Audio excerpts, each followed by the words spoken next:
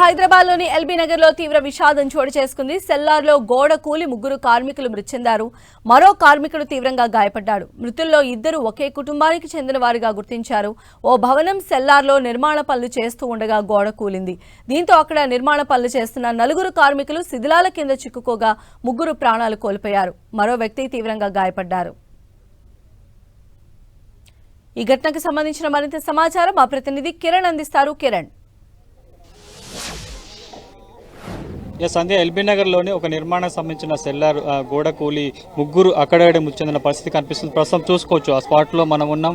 ఎక్కడైతే ఆ సెల్లార్ నిర్మాణం కొనసాగుతుందో ఆ ప్రాంతానికి సంబంధించి కూడా ఎక్కడైతే ఆ రేకు ఉందో రేకు కింద భాగంలో ఆ 3 కూలీలు పనిచేస్తున్న సందర్భంలో కూడా ఒక్కసారిగా ఆ గోడకు ఉన్న మట్టి పిల్లలు మీద పడడంతో కూడా అక్కడే మృతి చెందిన పరిస్థితి కనిపిస్తుంది. వెంటనే స్థానికులు సమాచారం మేరకు పోలీసులు కూడా ఘటనాస్థలానికి చేరుకొని మట్టి పిల్లల కింద ఇరుక్కుపోయిన మృతదేహాలను కూడా తొలగించే ప్రయత్నం చేశారు. ఇక 3 అక్కడికక్కడిగా చనిపోగా ఒకరు తీవ్ర గాయాలపాలై ప్రస్తుతానికైతే ఒక ప్రైవేట్ హాస్పిటల్లో చికిత్స పొందినట్టు తెలుస్తుంది. దీనికి సంబంధించి కూడా సమాచారం అందుకున్న మృతురాలకు సంబంధించిన బంధువులు కూడా స్పాట్ కు చేరుకుని అంతా కూడా రోజు కూలీలుగా చెప్తున్నారు. కొద్ది రోజుల క్రితం ఇక్కడ పని కోసం వచ్చారు. మరి ఈ రోజు కూడా ఆ అడ్డ మీద కూలీల్లో భాగంగా వారిని తీసుకొచ్చి ఇక్కడికి పని కోసం వచ్చినట్టుగా తెలుస్తుంది. ప్రస్తుతానికి చూసుకోవచ్చు విజర్స్ లో అటు కుటుంబ సభ్యులంతా కూడా కన్నీరు మున్నీరుగా వెలుస్తున్నారు.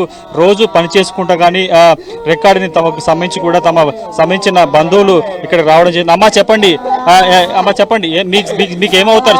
చనిపోయిన వారు ఏమవుతారు? బాబాయ్ అవుతాడు సార్, మా ఆయనకు మేనబాబు సార్. బాబాయ్ అవుతాడు నాకు.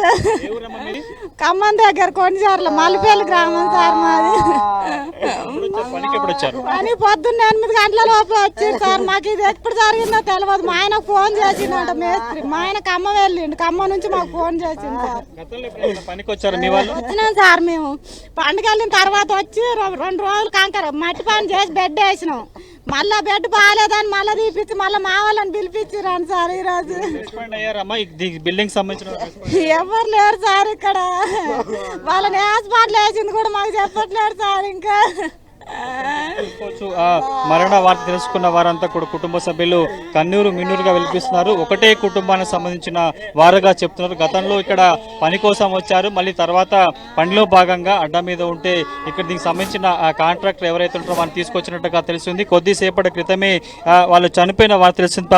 తమ సంబంధించిన కుటుంబ సభ్యుల మృతదేహాలు ఎక్కడున్నాయో కూడా చెప్పే ప్రయత్నం కూడా ఎవరు చేయట్లేదంటూ కూడా కన్నీరు మున్నీరుగా వెలిపిస్తున్న పరిస్థితి కనిపిస్తుంది. హైదరాబాద్ నగరంలో ఇటీవల కాలంలో ఇలాంటి నిర్మాణాలకు సంబంధించి కూడా కొన్ని వేలు జరుగుతున్నాయి. కానీ వాస్తవానికి ఈ బిల్డింగ్ సంబంధించి కూడా కొంత నిర్లక్ష్యం కారణంగా కొంత జాప్యం కారణంగా కూడా ఇంత దుర్ఘటన చోటిస్తున్నట్టుగా చెప్తూ కొద్దిసేపటి క్రితమే జీహెచ్ఎంసీ సంబంధించిన ఉన్నతాధికారులు కూడా వచ్చారు. ఘటనా స్థలానికి సంబంధించి కూడా వివరాలు ఏం జరుగుతుంది, వారు ఏ పని చేస్తున్నప్పుడు ఈ దుర్ఘటన చోటు చేసుకునే వివరాలు తెలుసుకునే ప్రయత్నం కూడా చేసినట్టుగా తెలుస్తుంది. ముందుగా సెల్లార్లకు సంబంధించిన పిల్లర్స్ ఏవైతే ఉంటే వాటి నిర్మాణం కోసం కూడా వాటికి సంబంధించిన ఇనుమును సంబంధించి కూడా ఏదైతే వేస్తున్నారో వాటిని కూడా వేసే దృశ్యాలు కూడా చూసుకోవచ్చు. కానీ ఆ సందర్భంలో వాటికి సంబంధించి మరొక గుంటలో తవ్వుతున్న క్రమంలో బలంగా వాటి ఢీకొట్టడంతో గోడకున్న మట్టి పిల్లలు కూడా ఒక్కసారిగా కొంత దీనికి సంబంధించి కూడా కూలినట్టుగా తెలుస్తుంది. కాబట్టి ప్రస్తుతానికి అయితే స్పాట్లోనే 3 చనిపోయారు, ఆర్తనాదాలు చేసినట్టుగా తెలుస్తుంది. వీరితో పాటు ఎంతమంది ఇక్కడ పనిచేస్తున్న విషయం అయితే కొంత తెలియాల్సి ఉంటుంది.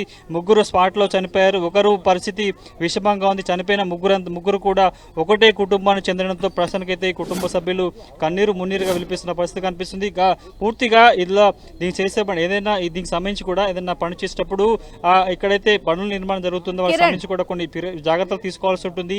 మట్టి పిల్లలు మీద పడకుండా దానికి సంబంధించి కూడా కొంత సిమెంట్ తో పాటు ఇతర జాగ్రత్త తీసుకోవాలి. కానీ ఎలాంటి జాగ్రత్త తీసుకోకపోవడంతో ఈ దుర్ఘటన చోటు చేసుకున్నట్టుగా ప్రస్తుతానికైతే జీహెచ్ఎంసీ ఉన్నతాధికారులు కూడా చెప్తున్నారు. సంధ్య. రైట్ కిరణ్.